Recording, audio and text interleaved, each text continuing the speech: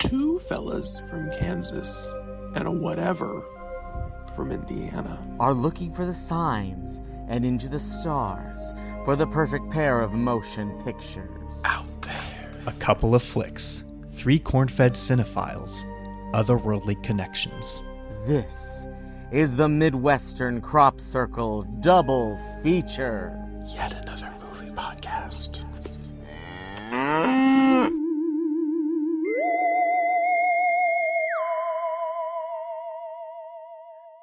Recording in progress.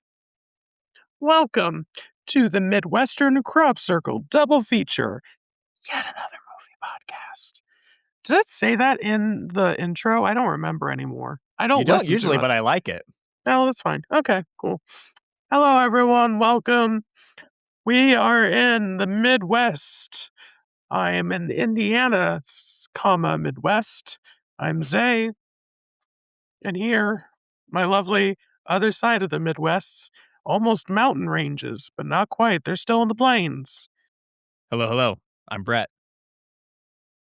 Bonjour, je m'appelle Christian. Omelette du fromage. Omelette du fromage, Eiffel Tower, Anne Hathaway, riveting Academy Award performance in Les Miserables, und Le Phantom de l'Opéra. Marie Cotillard.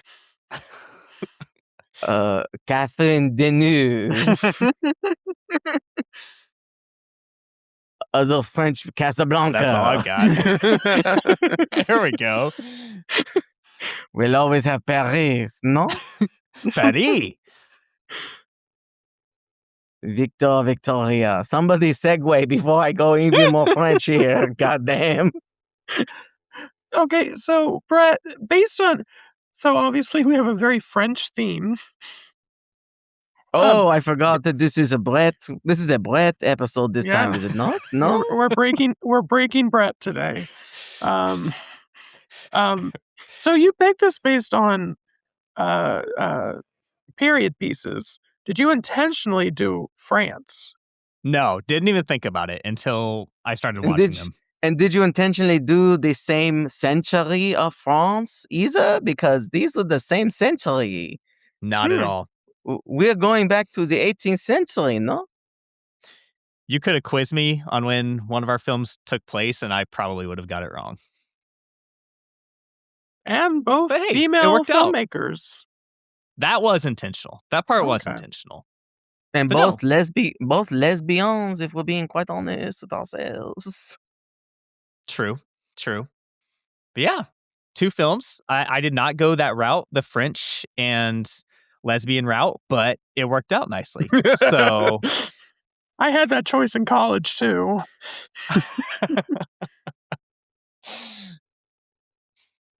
are we ready to just dive in? I feel like we're just ready to go. I I mean, think- we could talk about, I guess, forget the small talk, but I'll switch to my English accent now. I'm from Oh, Paris. thank God. I'm from Paris, Texas. The late now Sam Neill passed away today Mm, on a recording. I didn't even realize I'm wearing like a dinosaur t-shirt right now. cute. Yeah, Love I didn't even that. realize I was wearing that today, but Sam Neill, Jurassic Park, a lot of other different movies too, but like I think he's gonna Stay tuned.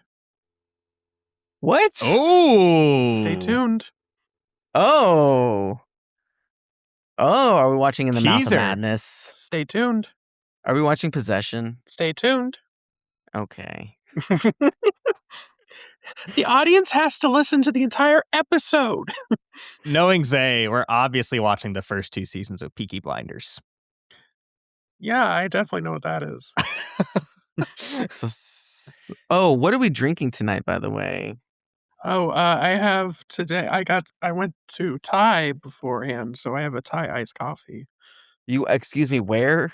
Thai restaurant, THAI Thai restaurant. Oh, is that the name of the Oh. place? Well, it's called Eat Thai, so kinda. Okay. Okay, first of all, I thought you were saying Tide, like Tide laundry detergent. Got some pods. Okay. Well, she She's back and she's in action, but it's the last one I found in the back of the fridge. It is the Shirley Temple Ollie Pop That's crazy. The third appearance. for her We third s- and final appearance. We still haven't gotten the call. We're still waiting. Ollie Pop, we love you. Come back. What about you? I've got Samuel Adams Summer Ale is a citrus wheat ale. Well, the Ew. most Something I'm sure you two would really enjoy. heterosexual choice of the three. We had to bring it in today, right? You know, balance it out a little bit. Tastes like fermented wheat. Music to my ears. Zay, I have to ask, are you going to go see the Odyssey at the 70mm IMAX? There's a good chance. Oh my God. The answer is no. It's- Just say no. It's sold out for weeks, is my problem. Why didn't you buy tickets when you had the chance last year? Where I were don't know. you? I didn't know how committed I was. I knew I'd see it.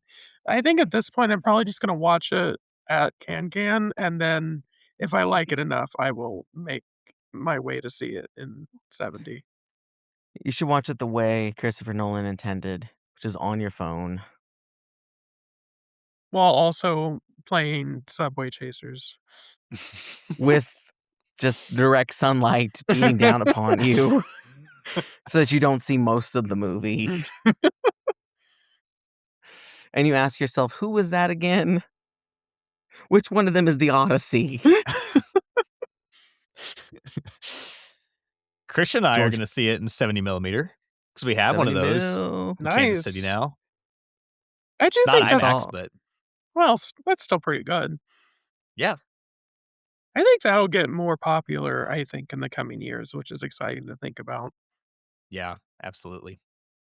It sucks that it's so far into Kansas City and stuff, but like, we'll make the drive. It's fine. It's only like 30. I say it's far. It's like 35-minute drive, but it feels far because it's kind of confusing for me to get there. There's a lot of exits and a lot of bridges. It's fair. For Brett, it's probably just like a straight shot. Yeah, for the most part. Yeah, for me, I have It's to not exit bad. in. I have to exit into the city and then quickly get back on another highway that then takes you through a bridge that takes the bridge across to the north side, which then the bridge takes you to the street. The street gets you to the parking lot. I know for a fact I have That to makes take sense. exit. I have to take exit Z. That's how far into the city it is. Oh, It's yeah. exit Z. That's crazy. Yeah. Okay, so they're But not whatever. sold Anything out, for the but film. the seats are not good.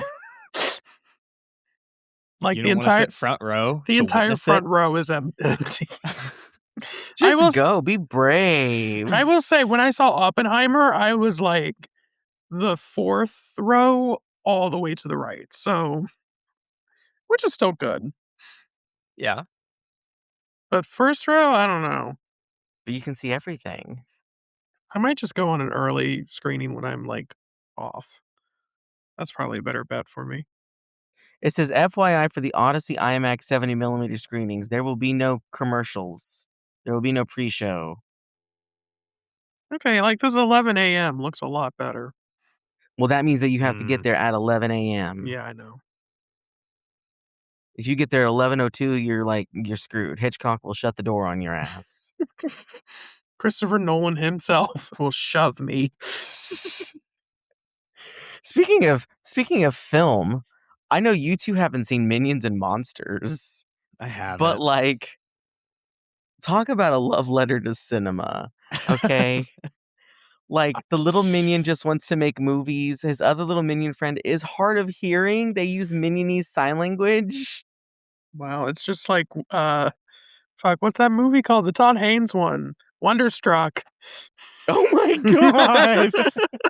Oh my god.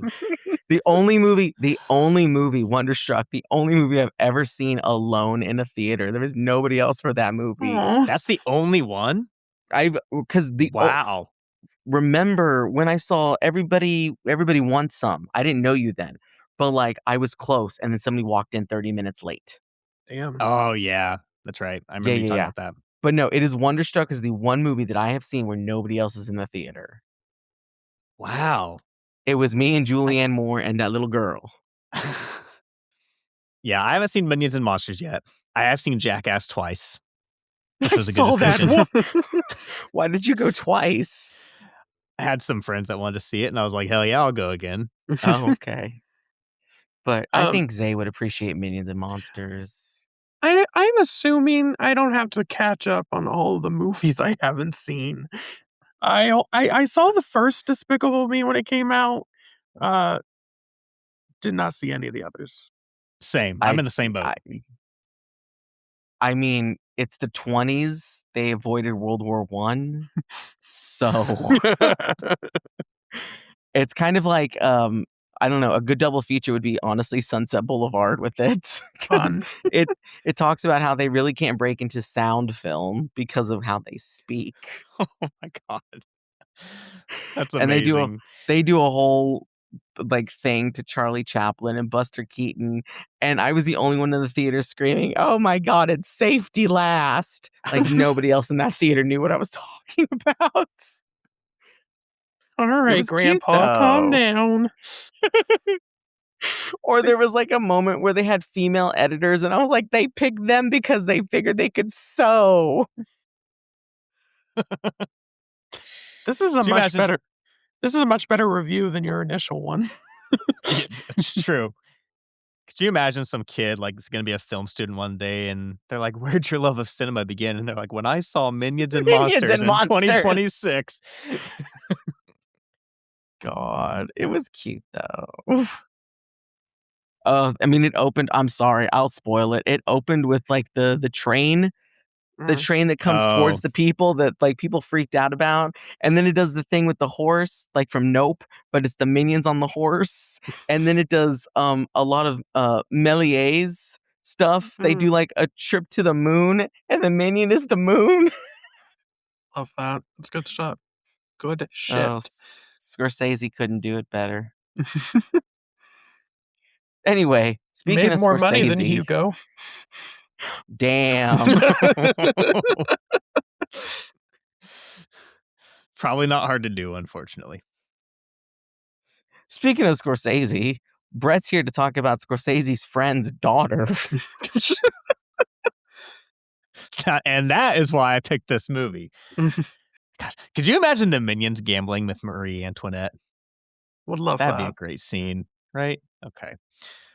Well, anyway, our first film today. Okay, so the double feature. I mentioned this on our last episode, like I always do, but the reason I picked these is because I like the ideas they brought up of like genres that you're not normally into, but I wanted to pick some that half I knew I would enjoy and half I thought I might enjoy. And like the common theme is that they both do unique things with the genre that other films in this genre you might not see that often. And that genre, of course, is like costume period films. And so the first one is from 2006. It is Sofia Coppola's Marie Antoinette. This is the one I had not seen before, and I was interested in it. I mean, I've always been interested in checking it out because I do love Kirsten Dunst. But also, I listen to a movie podcast called The Big Picture, as many people do. And last year, they did their 25 for 25 countdown of their favorite movies of, since 2000 to 2025. One of the co-hosts is a huge Sofia Coppola fan. So you knew that one Sofia Coppola movie was going to be on that list. And she chose Marie Antoinette over Lost in Translation. Lost in Translation. God damn. This is going to go really rough. But yeah, I feel like Lost in Translation is the one that got her the Best Picture nomination. I feel like it's one that a lot of people recognize as her best. Won her an Oscar. Her the Oscar for her screenplay, but they went with Marie Antoinette, and I found that really interesting. So ever since that episode, I've kind of wanted to check it out, and this was a good opportunity to do so. So for those who have not seen it, Marie Antoinette is sort of the story of the historical figure. Marie Antoinette, at age 14 in 1770, was betrothed to marry the person who would become King Louis XVI of France. I dated him, by the way. I am so sorry. He does not seem very fun. But She's actually from Austria. So like the marriage is more, it's kind of like a way to show a sense of allyship between those two countries at a pretty tumultuous time in their history. And so the film begins with her going off to marry King Louis XVI. He becomes king later on in the story. A lot of the first half of the movie is about this idea where, one, she was a teenage girl, and her immediate expectation was to give birth to an heir, as that's how things went in monarchies back in those days. And so a lot of it is that, she is kind of like willing to have sex with Louis, but he won't do it. He won't do the deed. And they do not click. And she is really struggling with getting people to like her at Versailles and trying to fit in. And she's also trying to deal with the pressure of having eyes on her all the time and having people always waiting on her because she is going to be the queen someday.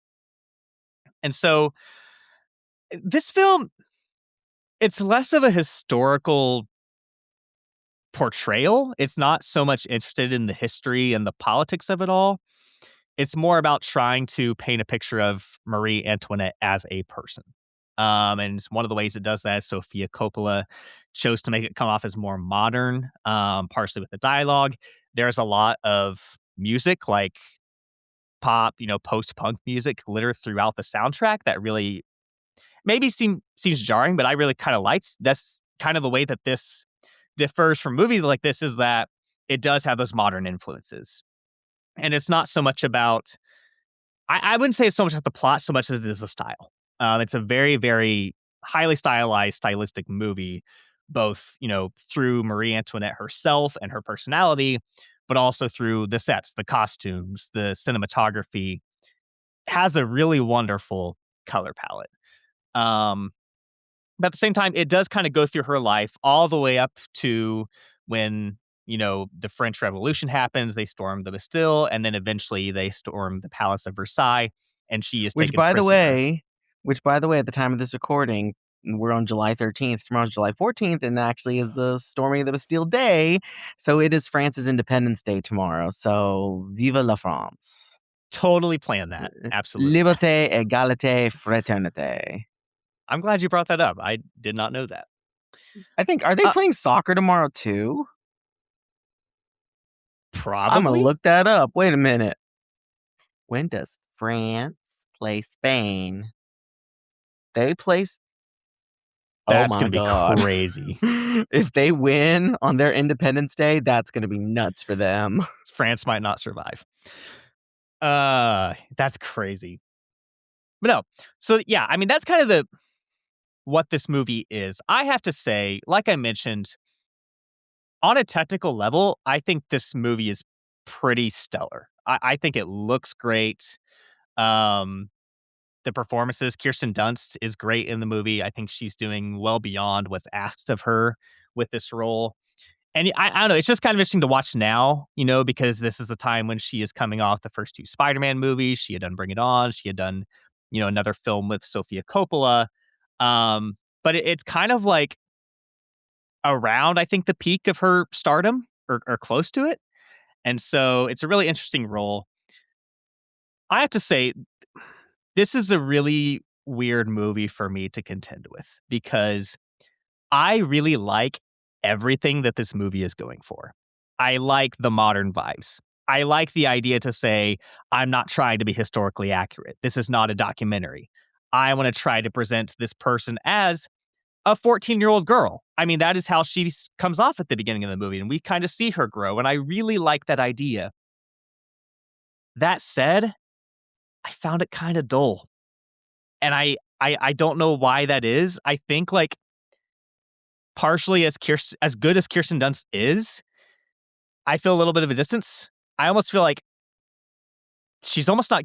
It's weird because she has plenty of dialogue in this movie, and yet it doesn't feel like enough to me. And it's almost like she's not given quite enough to work with there. And I don't know. I think maybe there's too much of it. As much as it's trying to break with convention, there's too much of the iconography of movies that I just don't like. And I think I found it difficult to separate the two. And at the end of the day, I don't have a really good explanation why I'm kind of mild on this movie, except it kind of bored me and it felt long. And I get what it's going for, and I don't know that it totally gets there. I don't feel like I know Marie Antoinette as much as I would like to. And honestly, like reading up on Marie Antoinette, I'm not going to say I would have preferred an actual biopic of her life, but it might have been more interesting. And I feel icky saying that, but that's where I'm at. I gave this 3 stars, so I'm like slightly positive on it. But if I'm honest, it's a 3 stars out of respect. I did not enjoy this as much as I thought I would. Wow, that was a turn of events. Like you I'm kind of shocked had too. me. You had me fooled, Mr. Spears. Death to you all, and you too, Mrs. Spears. You had me fooled. Wow. When I wrote in my letterbox review is at the end of the day, I don't need to know anything about Marie Antoinette that hasn't already been covered in this movie and other movies. Like, I like the fact that this movie ends before she's beheaded. Like, we know that she's inevitably going to get beheaded. That's who Marie Antoinette is. Like, we know historically she probably did not say let them eat cake. Yeah. In this, they frame that as like, it's a rumor that she said, let them eat cake and everything. At the end of the day, I don't care about any of the historical accuracy stuff. I care that I like this movie a lot. I like Kirsten Dunst in it. I don't think I loved her in this. I liked it. But I think I love everything really surrounding this. Like, I love the look of it. I love the modern music. I love the use of I like candy in this. Like, that's one of the best scenes in this where she's just like, you know what? I'm Marie Antoinette. I'm going to live my life. Let me have some fun here at this palace. I kind of now am seeing your point of it does feel a little too long. Like, there are moments that do drag a bit. Especially really early on in the beginning when she's just first getting with Louis before they're even king and queen and everything like that. But like, yeah, I don't know. I think that she's able to, because coming off of Lost in Translation is a very quiet movie. And we talked about it on the old show, but it's a very quiet movie. It's a very subtle. It's very, not a whole lot is happening except talking between 2 strangers back and forth. And this is her getting a budget and getting a big cast together and saying, you know what, let's just do this. Let's just do this for fun, less historical accuracy, and more fun. And The I think cast that is pretty that's insane. I'm glad you mentioned that because I forgot to mention how insane the cast is. But like even beyond Dunst. We have Kirsten Dunst, we have Jason Schwartzman as Louis. There's Judy Davis, Steve Coogan, Rip Torn, who we've talked about in Dodgeball. He's in this too. We have Asia Argento, Molly Shannon, Shirley Henderson, who's Moaning Myrtle in the Harry Potter movies and stuff. Danny Houston, a young Jamie Dornan is in this. Tom Hardy makes an appearance, like a young Tom Hardy. Another connection of movies we've already talked about with Tom Hardy. But like, no, this cast is fun. Rose Best of all, Byrne. Oh Rose my God, I Byrne. Yeah, forgot she's the Rose best Byrne. one. Rose Byrne in this. And I mean, it's kind of like what I'm assuming, I haven't seen it and we haven't seen it, like the Odyssey, of nobody's using like a hoity-toity French accent in this. They're all using whatever their native accent is. Yeah. If they're British, they're British. If they're American, it's their American accent. And what was I going to say? Oh, I think this is Sofia learning really from her dad, Francis, that you can make movies that don't necessarily have to be something like Lost in Translation or like The Godfather, where they're those kind of Oscar-y movies, but it's like you can just have a fun movie with yourself, you know? I mean, he made what? Jack? Bad example, but I honestly could not think. Okay, he made Megalopolis, I guess, which you two saw. I never saw it, but like, yeah, like she's just, I don't know. Sophia's good. She's having some fun with this. I like where she goes with a lot of her stuff. Yeah, it's a very classy movie. So it's classy without making you feel like you need to be historically snobby about it. You Yeah. know. So the first And time now for our French expert here. okay. Historically, yeah. Big France head. Been there 4 times. No, so the first time I watched this, I was very much in Brett's corner. That was like 8 years ago. I gave it a 2.5, and I was like, didn't really have any like big qualms about it. I was just kind of like, I think I agree it was like kind of boring and not detached enough from its source material to really intrigue me. Um, to summarize what I wrote. But then I watched it this time, and I really liked a lot of aspects of it. The craft, especially, is my favorite. Like, all the costumes are great, sets impeccable. Love the soundtrack. I love Susie Sue and the Banshees. I love The Cure. It's all good. And I think Kirsten Dunst is doing like what makes her like a superstar.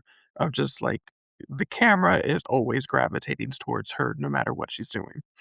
It's just natural for her, and that's what I've really come to love and appreciate about her, and really wish she got better movie roles. Y'all see Roof Man? Did we She's talk about amazing Roof in Man? Roof Man. She's the She's best part of so Roof good. Man, So should have got Um, an Oscar nom. I'll say it. honestly. 'Cause she Um, doesn't really make many movies not that much really. nowadays. And if they do, they're things like Roof Man where not a lot of people see them, but Yeah. We were blessed with the power of the dog. I know you don't agree, Christian, but sure. Great stuff. Okay, next. but this movie I came around to really appreciate, and I was going between 3.5 stars and 4 stars with my rating. I ultimately just landed on 4 stars because I said the whole time I was watching, I was captivated and I enjoyed everything. It just was not like a super home run for me this time either, though. But it didn't have like an emotional reaction out of me, I guess, is what I'm saying. Um, but I did like thinking about it this time. Like the movie has politics in it, but when we're looking at Marie Antoinette's viewpoint, it's only when they really matter to her position specifically, like when she needs to have a kid or something.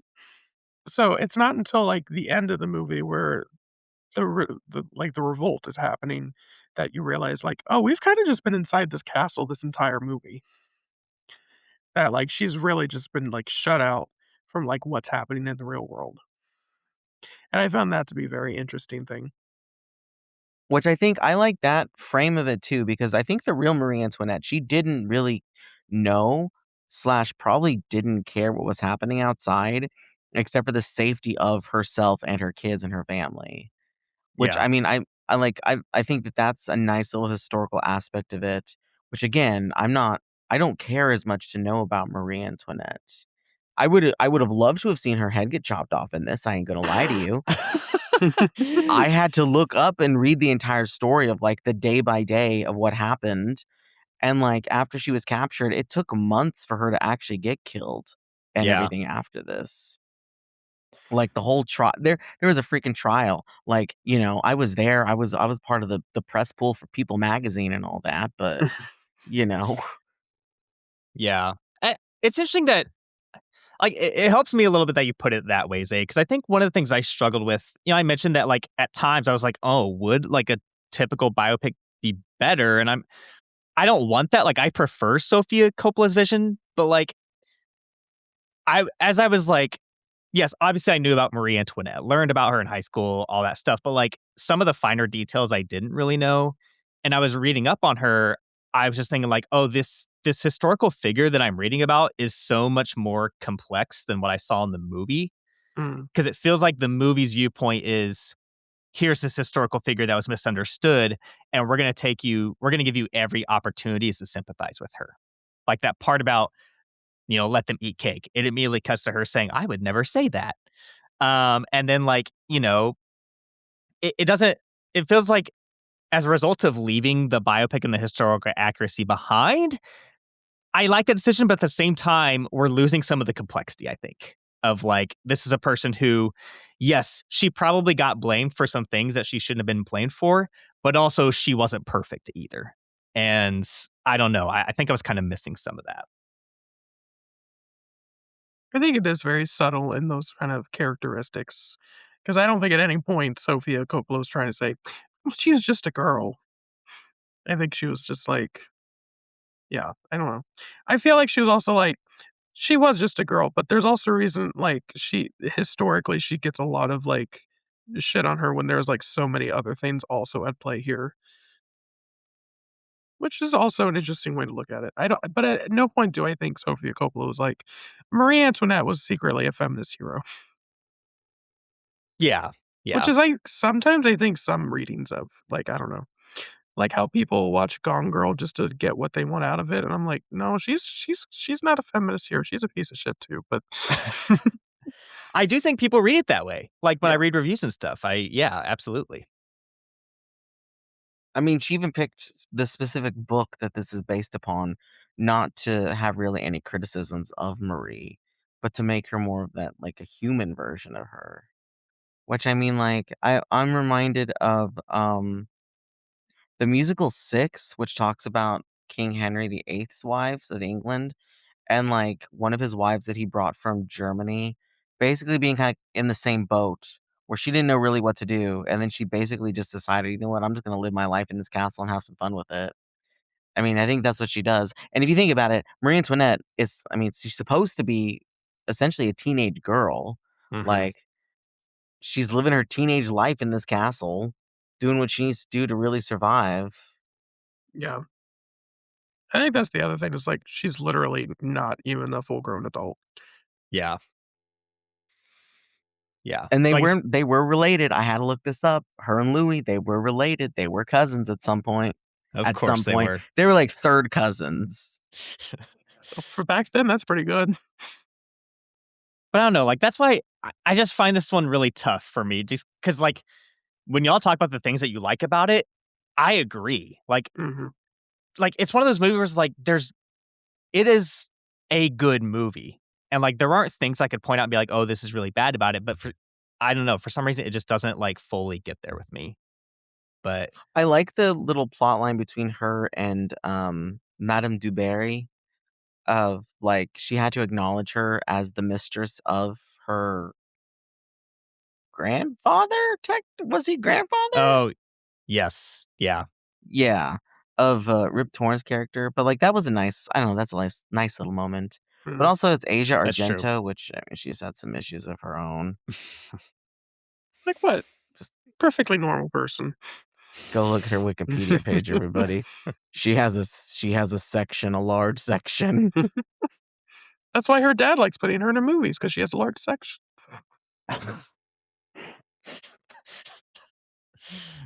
Jesus. But Christian, you mentioned that you were glad like it didn't go into like her execution and all that. And I agree. I actually think that the final shot of this movie is perfect. It's like Mm. the shot of like Versailles having been kind of torn up and whatnot. And I'm like, oh, Like that's really good. I think us as viewers and audience members of 2006 would have expected, okay, we're gonna see her get beheaded in here. Totally. But then Sophia's like, you know that's going to happen. Like history is not going to rewrite itself. You know that that's going to happen. So I'm just going to end it on this, like on this note of, I hate that I don't know her last line in this movie, and it's a good line too. Oh, it's like she says, "I'm saying goodbye." It's like she's saying goodbye to Mm, everything that she's known of Versailles, and like Brett said, then it cuts to the one room, just the bedroom all torn up and everything from the people storming the castle. yeah. Have you ever been there, Brett? Mm-mm. Has Haley? She's been to Paris. I don't know if she went to Versailles or to like go see it or anything like that. I'll have to ask her. Y'all ever seen The Queen of Versailles, that documentary? Oh, yeah. I have not. Oh my gosh, it's so good. Where she tries to build like a basically a Versailles in Florida, Oh my god. and then the recession hits. She's got dog I poop think all she over her I think house. I think she finally built it because she had a show on Discovery Plus. Didn't Interesting. didn't she die? Or am I thinking something No, else? no, she had a musical based on her life with Kristen Chenoweth. No, she's still around. I don't know what I'm thinking of. May I say what this won? Because it did win an Yes, Oscar. I was just about to go to that. Perfect. It won for costumes. Makes sense. Makes sense. Yeah. I was actually surprised not hair and makeup. I know. Didn't even Like, get even nominated. a nomination. Yeah. But that was always weird because hair and makeup at this time, there's only 3 nominations. That's what I was And about to say. you got the winner, Pan's Labyrinth, you got Apocalypto, and of course, we cannot forget the Academy Award nominated film, Adam Sandler, Click. Oh my God. Isn't it crazy that back in the day they were like, "Oh, you got a fat suit? Well, we got to give it to you." Because the exact next year, we get the Academy Award nominated film, Norbit. Oh. And don't forget, in 2013, we get the Academy Award nominated film, Bad Grandpa. Don't forget the 2016 Academy Award winning film, Suicide Squad. Did Lone Ranger win that category? I know it was nominated. I feel like it won. Dallas Buyers Club. Oh, that's right. That's right. This movie, what's interesting, like when I go on my Letterboxd and look at like my friends, it is mostly 4 stars and above in this movie. Like it is really well liked on there. At the time, it was like pretty divisive. Mixed reception from critics, hence maybe why there wasn't, as much award success. But Roger Ebert gave it 4 stars. He was a champion of it from the beginning. I think this is a case like at the beginning, like we don't know Sofia's style quite yet. I mean, up to this point, she only has 3 movies. So it's now, I think we know her style enough that people have reevaluated this and everything. Yeah, that makes sense. What was after this? Somewhere, I think. No, that movie's kind of boring. I haven't seen that. I haven't seen that one. I haven't seen it, but After that is The Bling Ring, which is, I remember liking it. That's a big Tumblr movie. People on Tumblr were obsessed with it. And then after that is The Beguiled. I watched once and I liked it, but I never rewatched it.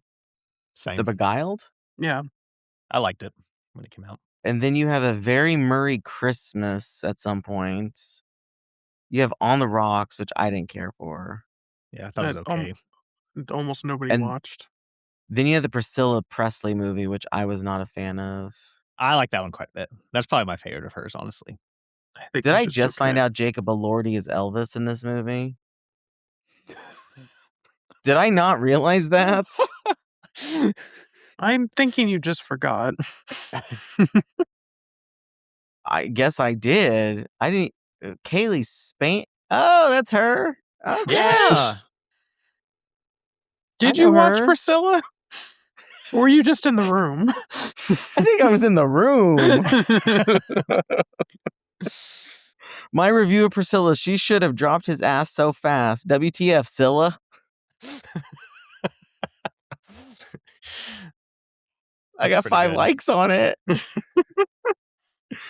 But then her last movie was a Mark Jacobs documentary. I do want to see that. I don't. did see that got released. I don't think Mark Jacobs is interesting other than my favorite Instagram post. Hold on. Mark Jacobs. Mark Jacobs is a designer, correct? Yeah. I don't know anything about him. Well, It I just guess this seems- documentary is about to tell you. It seemed like a ripe area for Sofia Coppola to do a documentary on. I think it was something along the lines of white people love to say for crying out loud. And Mark Jacobs replied to it saying, I say that. I'm listening and I'm learning. That's like my favorite thing that's ever been associated with him. And you don't want to watch a documentary on that guy? I don't. All right. Anything else on Marie Antoinette before we move on? This is my favorite Letterboxd review of this movie. And this is a perfect segue to the next one. She lived, served cake, and cunt, and then she died. Also, this is the Christian will be mad at this, but this is Oh the my movie God, Wuthering what? Heights thinks it is. Oh, this Oh, next that'd one. be Oh, either of them, honestly. oh my Okay. gosh. Shut up. Guess I could see that. All right. Well, our next one was the one that I had seen when it got released in 2019. Had not seen it since, so I was really excited to check it out again. Wait, pause. Did you both see this because I sent you a screening link? I'm Yes. having this Yes. flashback memory. Absolutely. Okay, because I remember we all had to watch it within a certain time frame because I had a link and that's how I watched it. Okay, cool. Go on. Yeah. Yeah, absolutely. It is Céline Sciamma's Portrait of a Lady on Fire. And so this one, if you haven't seen it, stars Noemi Merlant. And I'm sorry, there are so many names that I am just going to completely butcher as I go through. First of all, this movie's all in French. Let's just it's all in French. pull that. It's all in French. Yes. But she plays a woman named Marianne in the 18th century, and she is hired to travel to a distant island in Brittany, just off of northern France. And she's been hired to do a portrait of a young woman who has also been betrothed to marry a man in Milan. The issue is that the woman, her name is Heloise. She is played by Adele Haenel. She does not want to go through with this marriage. Her older sister was actually the one who was supposed to marry this guy, but she actually completed suicide by jumping off a cliff. And so now it kind of got passed down to Eloise. But as a result of that, she refuses to pose for a portrait. They've already tried having one painter and he couldn't do it. He got the body done and then couldn't do her face because she wouldn't sit for him.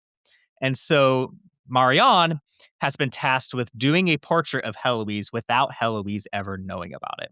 And so Heloise is under the impression that Marianne is there to be to accompany her on walks, around the island. So they go out once a day and they go and walk together, and they're pretty distant at first, but after a while they start to become more comfortable with each other, start talking to each other. Again, this is France. This is France in the 1700s. There's not much going on. What else? Not a whole lot going on. Not a whole lot going on. And that's actually a good point, because one of the things I really like about this movie that I think is one of the ways it differs from a lot of movies like this is that the, mansion or whatever that Heloise lives in is pretty barren. It's still kind of beautiful in a way, but it's obviously not like Versailles. It doesn't have the kind of ornate beauty that you often see in movies like this, which I really liked. It kind of contrasts really well with the really beautiful scenery of the ocean and these walks that they go on. But over time, they form a connection while Marianne is secretly doing this painting, and eventually gets to a point where they develop a romantic connection. And so Marianne reveals to Heloise that she is doing this portrait, and she shows it to her. And Heloise basically says, I can't believe this is how you see me. And so Marianne is like, well, that just can't do. So she wipes it off. The mom gets pissed off, about fires her. And Heloise is like, no, keep her on. I will pose for her. So they built up enough of a connection and whatnot that Heloise is willing to do this, and the mom goes away on a trip. So eventually, they are able to actually develop their romance and consummate their love for each other. Along the way, and this is something that I hadn't forgot about, but I think appreciated even more this time. There's a maid in the house named Sophie. Yes, Sophie. Who they also kind of develop a friendship with, and getting into spoiler territories, but we find out that Sophie is pregnant and wants to abort the pregnancy. So there's a whole subplot involving that, where they are basically going to this woman who can help determine whether she's pregnant and send her where she needs to go to get an abortion at this time. Again, 18th century.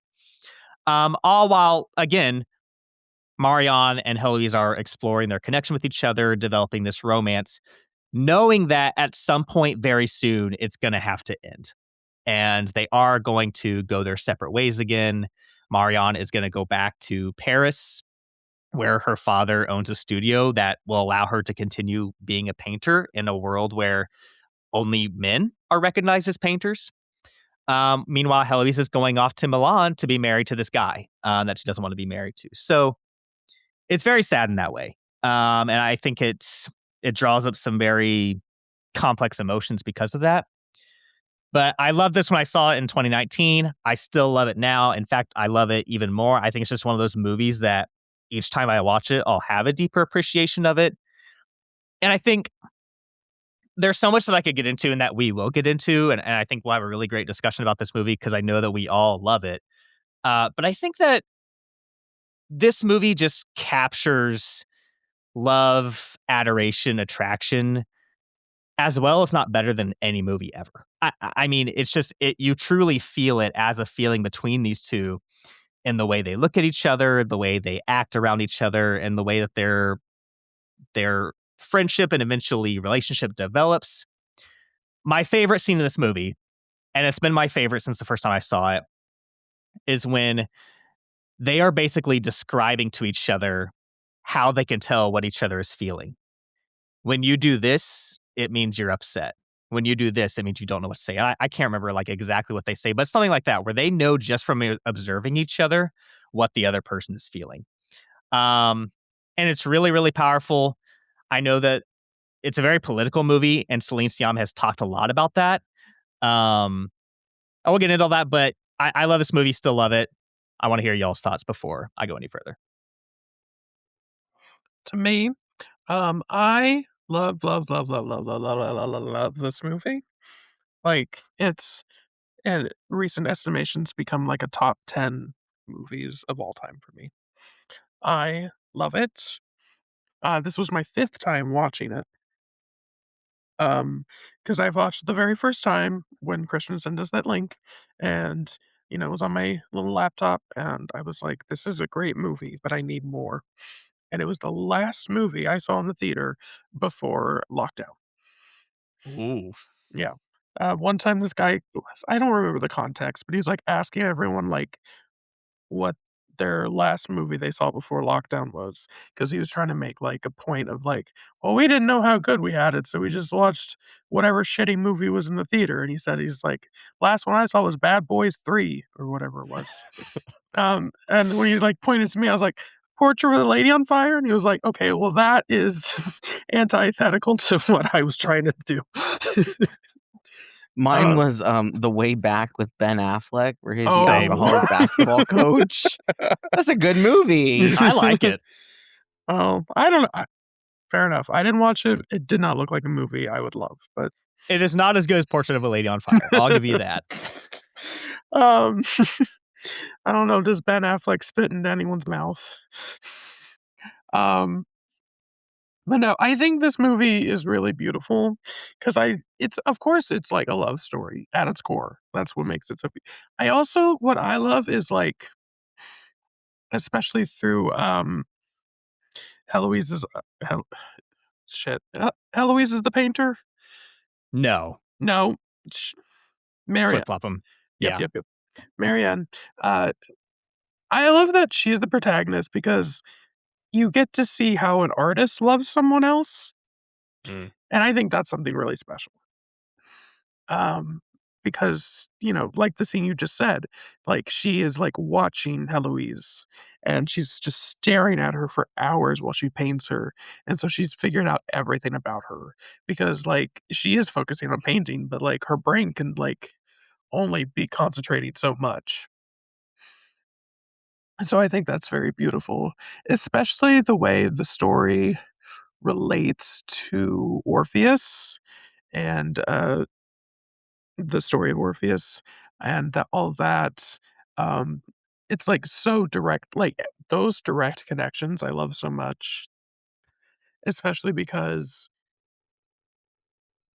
the movie reveals early on their romance is well, they even have a thing about fleeting, but it's gonna end. And so to pair it with a very famous Greek Greek myth where the whole point is their romance ends abruptly, I think it's very beautiful, and it makes that one scene where Marianne has, like, is basically running away, so that she won't look back. And then she's like, turn around, and I'm like, ugh.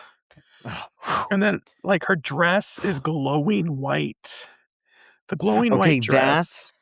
that I'm so glad, like, we watched this when the sun was kinda going down, so the sun hits in the living room and everything, um, so we couldn't really see a glare, thankfully, but, like, anytime that she popped up with that white dress, and it looks like a painting, like, the lower half of her looks like paint on a canvas, but you know it's not her, and then there's one specific moment where it's her and the lights turn off on her, like, in an instant. I was like, "Holy shit, that is beautiful." Like, this Uh, whole movie is beautiful just the way it looks, Absolutely. but Yeah. yeah. Like a movie about a painter, and they're like very,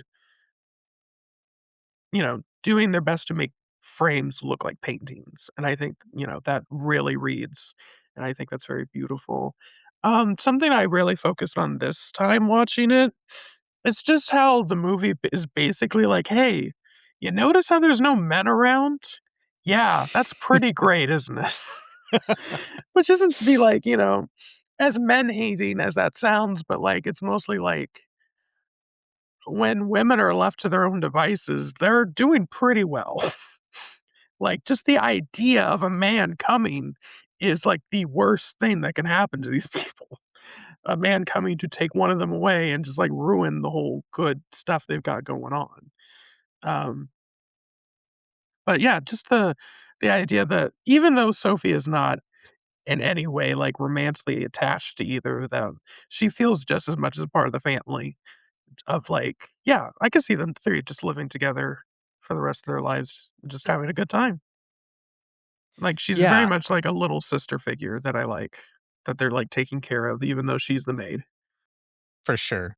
And yeah, that's a great point because I think too, like, I like, so I have the Criterion show and tell as always. And I was like Same. watching the interview that they did with Céline Sciamma, and she was talking about like the political nature of this movie, and part of it is like kind of like removing the male gaze. And part of the love story here is that we have two characters who are actually equals. And part of that is because it's two women left to their own devices. And like you said, there's no men there. Of course, men eventually ruin what this has become. But yeah, it's kind of cool that's present within the story, but also like that outside piece of Celine Sciamma as a director. Um, it makes a lot of sense. So I was looking at, my first review of this, and we all had to have watched it December 7th, 2019, because it says here that I only had 24 hours to watch the link to it. So, we were on Damn. a time crunch there, yeah. Um, but no, I think everything that these 2 have said, I agree with, and I don't have really much more to add to it, except for it is one of the best looking films that you'll ever see. I mean, it's my personal cinematography winner of 2019. Um, the costumes are beautiful. There's one particular scene where Eloise is looking out into the ocean with her green dress, and it's like that scene is always etched into my mind because that looks like a painting. Like, it does not look like anything is moving. And I think it's an option for the letterbox cover if you're like a patron and stuff. Um, but then also the last scene too, where she sees her after so many years and after seeing the painting with the number 28 on it too, and you get that music that's swelling, kind of similar to Umbrellas of Cherbourg's ending. Because we've Mm. talked about how like that music Oh, swells at the end of the Umbrellas of Cherbourg, and it's yeah. just like that dramatic beat of like, oh my god, I'm crying, I'm so emotional. But it's like she's looking at her with that music going of, and for the life of me, it Shazam on my phone said it was this, and I don't remember what it was called, but it's the one you hear in a Panera. It's like the Mm. whatever that's called. But Yeah. she's looking at her, and I know in my heart of hearts that she saw her also from afar, and that's why her face is so like, I wanna look back at her so much, and I want to look at her, but I know that I can't. I can't go And it back goes into the back to the past. Orpheus thing. I'm getting chills. Right. And if you don't know the story of Orpheus, what is the story of Orpheus? Orpheus he was a famous Greek musician, demigod, I think.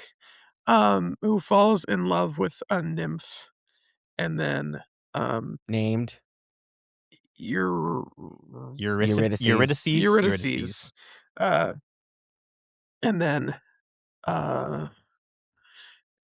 basically and then she dies and goes down to the underworld, and Orpheus goes down and it's like, hey, is there any way I can bring her back? And Hades is basically like, yes, but only if you never turn around when you guys leave. And if you ever turn around, she's stuck here forever. And of course, what does he do? He turns around, dooming her fate. And if you want the more modernized version of it, go listen to the musical Hades Town. It's the same thing. No, I love the scene where they're reading the story and Sophie is like, why the hell would he turn around? But the other two kind of get it, you know? Mhm. And I think there's a lot of ways to read that. For me in the moment, I was thinking like, oh, they are experiencing love. It's like they know how hard it is to fight that temptation. But there's a lot of ways you could look at it. I also like the thing about Orpheus is that he was a musician. And a Mhm. lot of this movie is about like the joining of like art and love. And so it kind of ties together that way as well, which is really cool. It's a damn good film. Mhm. It is. That France, I don't know. They didn't push for like their Academy Award for that Nope. year. 'Twas a movie also called Les Miserables. But But not the musical. Not that one. Not the musical. Not the musical and not that story. But, Have y'all like, seen that? No. No. I haven't either. But Neon still tried to push it for Oscar consideration. Nobody gave a fuck for whatever reason. Also, I didn't realize until today, Céline Sciamma, the director, and Adele, This is crazy. I Hanel? didn't know this either till the they other were day. like they were together at some point. I think And then I Yeah. didn't know that Adele Hanel, this is like her last movie. Like she's a retired actress now. Yeah, because of the French Academy's reception to this film, which was not great, and then they gave their top prize to Roman Polanski. Which Like- look up his Wikipedia page because he has a long one. But he's still working well in France. There's Is he? His last movie was 2023. Oh, I guess that's technically. Yeah, that's soon enough. Soon enough. considering when his crimes were. There's some great videos out there, like for those that are interested. When he was announced as the winner, Hanel, Sciamma, and Merlant all left the auditorium. They were out of there. They were out, and they like waved and said nope. And I didn't realize this till I was like looking again, but there's another video of like out in the lobby as they're leaving, and in French, like Adele Hanel is like clapping, and she's like, "Bravo, pedophilia, bravo." And yeah, Well, It's what tense. can you do? He makes a good movie still, am I right? Am I right? It literally Sorry. says here that few people clapped and several audience members walked out when he won. Wild. We'll talk about one of his movies someday, I bet. But regardless of awards not going well for the movie, it did reach number 30 on the last Sight and Sound poll. Wow. Just like In really 2025, high. in 2025, it ranked 82nd on Rolling Stone's list of 100 best movies of this century. Wow. Yeah, Its Criterion is beautiful. I love the cover of it. Mm-hmm. I do too. And the essay inside as well, like it's so good. I can't even summarize it. Like if you go get the look on their website, you can look at the essay on their website. It is one of the best Criterion essays I've read. It's about like female gaze and the connection of like art and love and all that stuff. And yeah, I need to do better about reading the little essays. I do too. Because I'm always like, I'm not in a reading mood. I'm in a watching movies mood. Like I watched the movie from Japan, I believe it is, called Afterlife a few days Yeah. ago. That's Mm. Japan. And I really wanted to read the essay, and then I was like, ugh, I just want to be in this movie for right now. I don't want to read this. Like, I know what it's about. But I read like the beginning. I read the first paragraph and I was like, oh, gotcha, cool. And I was good. I was like, all right. I always have to wait at least a day before I read them. I can't read them right after. But Ella Bittencourt was the author of that essay. So I don't know how very much y'all worth feel, reading. but I don't like the fold out essays. I like the books. I like the yeah, books. the books much. Oh my god, when I went, when I used to live in Muncie, their library would cut the essay books to fit their DVD cases. Like, I No. remember getting Bicycle Thieves, and it was just cut, and I was like, guys, I can't read this. I remember when I was a kid and I was first discovering Broadway music from the library, I used to take the booklets from inside so I would have the lyrics to the shows. Like looking through my old stuff, I found the producers' booklets, which is why I know everything about the producers. What are we talking Anyway, about? great movie. Oh, yeah. Great movie. Masterpiece, even, I would say. I don't think if it got nominated for international, it would never have beaten Parasite, obviously. Well, Like, sure. no. But it would have been there. It would have had that moment. Even then, you would think like, okay, cinematography. Even if it was just a lone cinematography nom. Right. No, it didn't even get that. Because a lot of Yeah, the that's- international features do that. They have that lone Yeah. cinematography nom. Well, even the ones that don't get, like, international, like the Pablo Larraín movie that got it a few years ago, the vampire one. Yeah. Yeah. El Conde. That's it. But no, I just Christian, you- learning that's about vampires? I didn't know that. Did you Okay. watch it? No, I Okay. didn't. It's very dense about like Chilean politics, and I was just You like, lost. Actually, you didn't lose me. I do like the politics of Chile, only because I took a class and I'm then familiar. maybe you would actually follow along because I was kind of lost. No, one of my last classes was South American cinema, and we learned about the politics of Chile during that time of like the 70s and stuff. So I know a little bit about Chilean politics. Let me tell you what. Oh God, is that true? No. Mank won cinematography that year. over Nomadland. I remember that because Nomadland was winning like everything, and then they're like, nope, make. Wait, is that the correct one I'm looking at? No. No, that's It the would've year been- before. Oh, that's It the year would have been the after, year before. yeah. I'm sorry, I got confused. Oh, it was Deacons, 1917. All right, that's sure. Wait, hold on now. Wait a second. We forgive that. yeah, that's fine Yeah. enough. I'm not that mad. No, yeah, that's fine. But could use a nom. Like Joker probably got nominated, didn't it? It did. Yes. It sure We- did. We could have done without that. Portrait of a Lady should have won cinematography. Who won 1917? Oh, well, it was a stiff competition that year. I would still do Portrait of a Lady on Fire. I'm just thinking in terms of what the Oscars could and should have done. You know what? It took Deacons that long to win, and he won for Blade Runner. He could have given it up a little bit, All right. Movies that also fit the bill, right?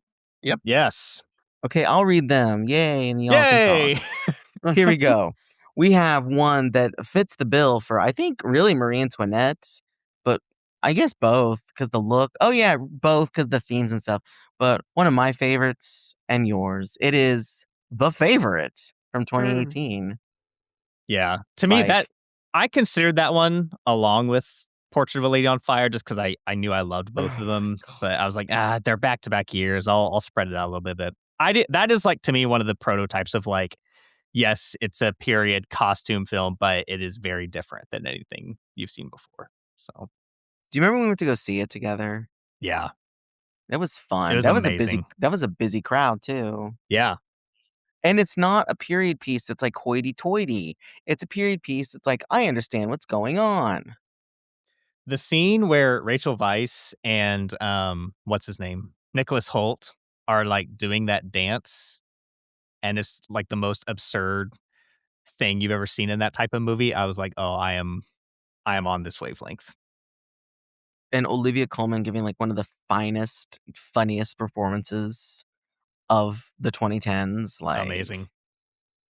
and Emma Stone too. She's having a good time in this. Like, she's really good in this. Mm-hmm. Yeah. Yeah. A movie that has inspired a meme, really for Zay and I, of Harold, they're lesbians. Carol. Another great film. Zay, nothing? I'm sorry. I'm trying to look for my phone does a weird thing where I can't open the doc, so I'm trying to find it in my files. You're not going to tell everybody the story of Christian and Carol? Story of Christian. Oh, how you didn't like it and you lied about not liking it For years? and then you Really? ended up liking it. I didn't know this. Yeah. You know, I made Rita one time watch Carol with me. Did she like it? And I gave her the description of it's about a woman in love. That's funny. And she watched it. She's like, okay. And I'm like, it was good, right? This is the same person who texted me after she turned off Everything Everywhere All at Once, like 10 minutes into it, going, what was that? Damn. Oh, shoot. All right. A movie that's close to Brett's heart, Brokeback Mountain, growing up out there in the hinterlands. You know it. Devastating movie. Movie that's But amazing. Yeah, it's incredible. It's sad. I was there the night that it lost Best Picture, and even I thought as an 11-year-old, oh, the gay cowboy movie is going to win. And Jack Nicholson opened that damn envelope and said crash, and the rest, as they say, is history. Oof. Next movie, Spencer, the Princess Diana feature. This From would pair Pablo really well Larraín. with Marie Antoinette. Yeah. I agree. I don't care for it at all. I thought it was okay. I love it. Mm. It reminds I'm me of gonna my family. Really? I saw that movie and then I spent Christmas with those people and then I was like, remember that scene where Princess Diana just really wanted to kill herself? Oh my god!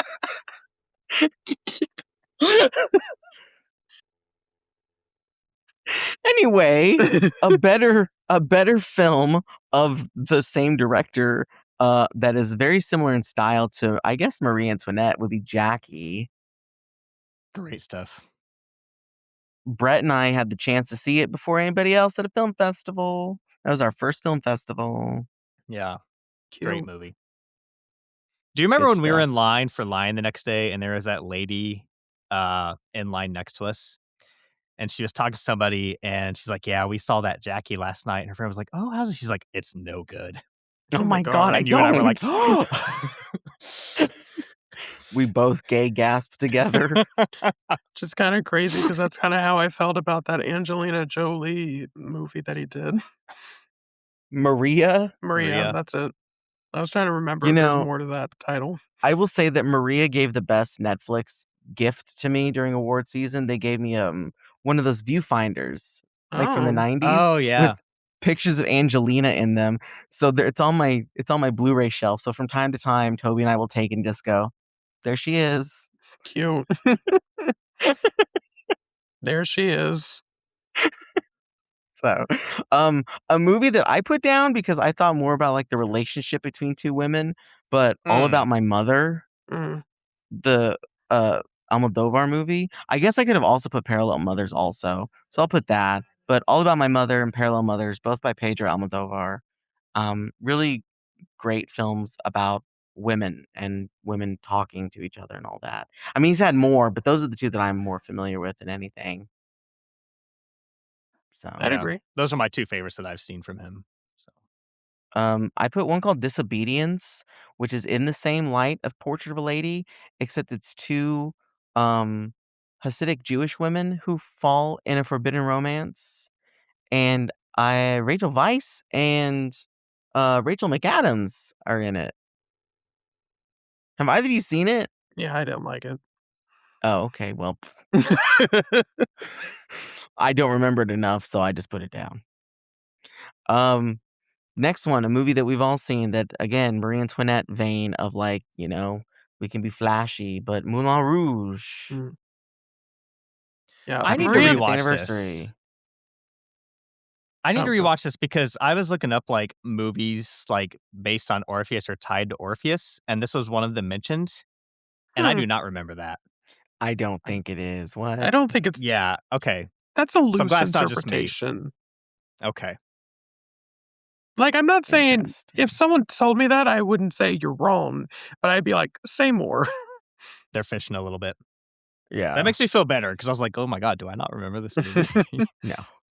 Well, speaking of Orpheus, I put Hades Town, which I know it's a musical on Broadway and touring and stuff, but it's also coming to theaters. Like they filmed it on the West End, over in England, and it's going to be released for like 1 week only at the end of July, which I'm sure this episode will come out by then. But like, I'm pretty stoked to see it. I've seen it live. So, but it is the story of Orpheus and Eurydice and everything, but told from more of a modern jazz New Orleans perspective. I've seen So, one of the performers who was in Hades Town live, whomst. Alison Russell. She Oh, played Persephone in a. Oh yeah, She was one of the like later that's replacement right. people or whatever. oh. The girl that plays Eurydice, I got to see her when we went to go see Cabaret in New York. Mm. Nice. Yeah, she's really good. A movie that I put too, kind of about women and everything, but Thelma and Louise. I Good call. mean, talk about girl power. That's what I The thought girlies after are watching. out. That's what I thought after watching Portrait of a Lady on Fire. They're such good friends. Oh shoot! A movie that I was promised was going to be the next Portrait of a Lady on Fire, and ended up being Portrait of my head on a pillow falling asleep. But Ammonite with Kate Winslet and Saoirse Ronan, like I was promised lesbian drama with two women I know and love, and yet I was bored. I was like, when is this movie over? This is one of the ultimate quote unquote this had Oscar buzz movies. Because like when this movie was announced, I was like, oh, this is gonna be up for Best Picture, it's gonna be huge. And then I never saw it. I feel like very few people did. It's a lesbian movie named after a fossil. I should have been first in line, and I've never seen it. I think it's also one of those movies where about the fossil, I didn't know Ammonite was a fossil. So when she's like, oh yeah, look for Ammonite, I'm like, oh, that's what this movie means. The Leo meme. Oh shoot. A movie very much responsible for, I guess, Marie Antoinette's look and feel, and one that I must say, stay tuned, possibly, Romeo plus Juliet. I'm talking the Leo DiCaprio version that is like a very balls to the wall, bonkers, hardcore retelling of Romeo and Juliet. Like, this is one that we watched in high school. Same. I mean, I like it. I don't remember it much, but I remember I like it because it's less complicated to understand. Yeah. So, but yeah, I don't know. Stay tuned or something, because Christian hasn't picked movies he doesn't really like. That's all I say. A movie kind of similar to like Alone on an Island, similar to Portrait of a Lady, but The Piano. Thought about that one last night. Sam Neill's in it. Mm-hmm. Holly Hunter, little Anna Paquin. Especially when she jumps in the water for the painting or for the like painting materials. Mm-hmm. My mind immediately went to The Piano. One of our first episodes way back in the old days for 93. Yeah. One that if Portrait of a Lady on Fire, the look of Portrait of a Lady on Fire has anything to do with, it's this one. Because using flames and fire to your advantage for your lighting and only that and not actual lighting, you got to give any and all props to Stanley Kubrick's 1975, and I'll say it, classic, Barry Lyndon. Like, I feel like this and really Marie Antoinette owe a lot to Mhm. Barry Lyndon here, because this is a movie that I've only seen it once. I don't 1000% remember it, but I remember the look of it. And I remember the fact that I went into it thinking I'm not going to like this movie at all, and got out of it saying, "No, I like this movie."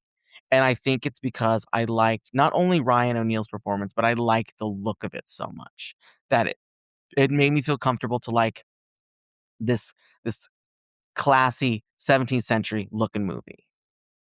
That's one I need to rewatch because I've also only seen it the one time, and I had the same thing like, oh, I'm not gonna like this, and I finished and I was like, it's okay, it looks beautiful, but I need to watch it again and probably have a deeper appreciation of it maybe. Like, if anything, Barry Lyndon's cinematography is its biggest selling point, Oh yeah, especially its natural lighting stuff. So, Sure. I put this because I when I was looking at movies that are similar to Portrait of a Lady, is Past Lives, that's a good and call.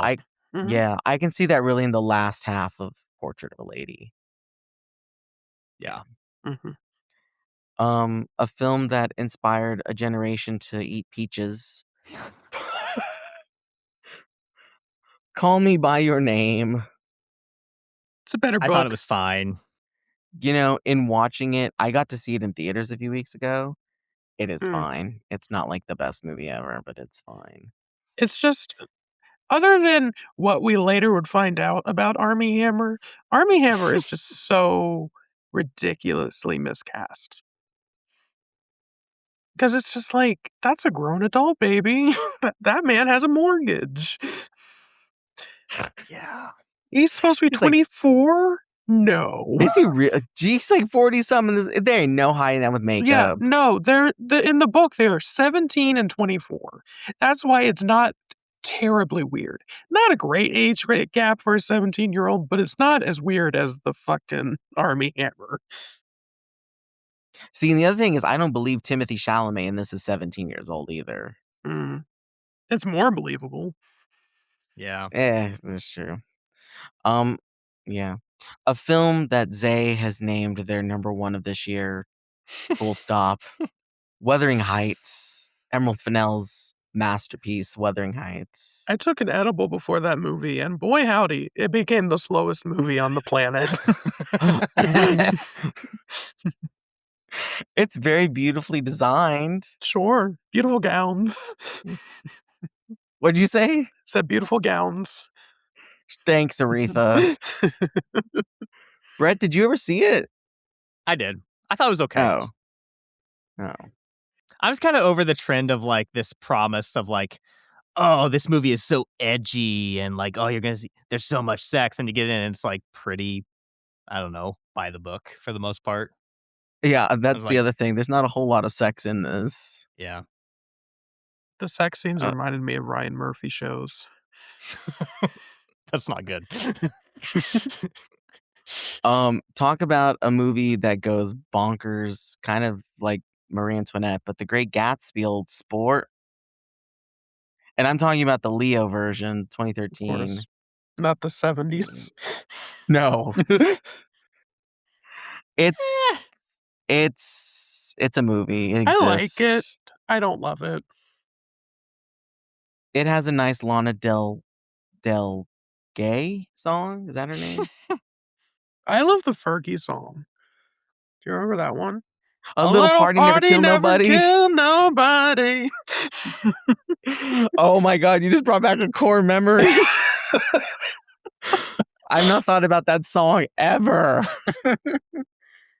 I just remember how like, okay, the Great Gatsby is not a very long book. Like you could read it pretty quickly, and that This movie, thin, it's nothing. it's thin, and that movie is like 2.5 hours long, and I'm like, how? Yeah, Baz Luhrmann put all his juice in there. A little too much for me. Oh. Next movie, Wild Nights with Emily. I love this movie. It is like I remember, nowhere. Remember you made me watch it. It was good. Nowhere near as polished as these two movies, but definitely has similar themes of just Molly Shannon back again, playing Emily Dickinson, but just like in a very it's very play-like, but it's pretty good. And I say less polished because at one point you're like, are they just shooting in someone's house? But I think it adds to the charm, honestly. But it's like fun, it's funny, and it like really tries to like undo all the myths about Emily Dickinson that we've heard over the years. Somebody put Ever After. Is that the Cinderella story with Yeah, Drew with Drew Barrymore? Barrymore. I don't know. Probably more I with saw Marie it once as a Antoinette. kid. Somebody put Cyrano, the Peter Dinklage movie that I was promised was going to be like a really fun musical, and I ended up once again being bored out of my mind. And I'm here to say it is a fun musical. Okay. I like the story of I mean, okay, I don't 1000% like the whole thing of Cyrano de Bergerac. I think the Steve Martin movie Roxanne does it a lot better. But like, as a musical person, this is not it. So, and finally, kind of in the vein of Portrait of a Lady on Fire, I have Brett and Zay dancing at Brett's wedding. Because Brett was ignoring me the whole time, and the only time he would give me any attention, I had to give him some money. I was trying to make the rounds. Do you remember the Busy song guy you that night. Do you remember the song you danced to? No. Oh, I don't know. I'm sorry. Dang, that's sad. You should have known. I love the fact that Brett said I was a busy guy that night, as if like everybody wasn't outside watching a football game instead of on the dance floor, waiting There was a lot of for that. waiting for a wedding cake that didn't exist. You'll never forget. I'm Sweeney Todd. I'll never forget and I'll never forgive. Here I was eating your pudding, and you said, that's the cake. And I said, I've had 2 doses of this. And everybody told me it was delicious. And I It never was got very delicious. I didn't get any. It was gone by the You time had I a bunt. had a bunt? I had a bunch. Oh, cake. he had a bunt. Yeah. Did y'all ever save a slice of that? No. Oh. Like for the 1-year anniversary thing. Yeah, I thought you're supposed to. I don't know. You're supposed to. Everybody that we've ever talked to has said that they did that. They're like, yeah, it tastes fucking awful. And I'm like, okay. That tracks. Yeah, then not surprised. We're not going to do that. Save some Yes, space in the freezer. That was a forbidden romance paid for in part by Brett's honeymoon fund or whatever that money went towards. Zay drove how many thousands of miles to get here for that dance? Just like the Proclaimer said, I would drive 500 miles. I would drive 500 more. Give you all the change in Aw. my console towards your honeymoon.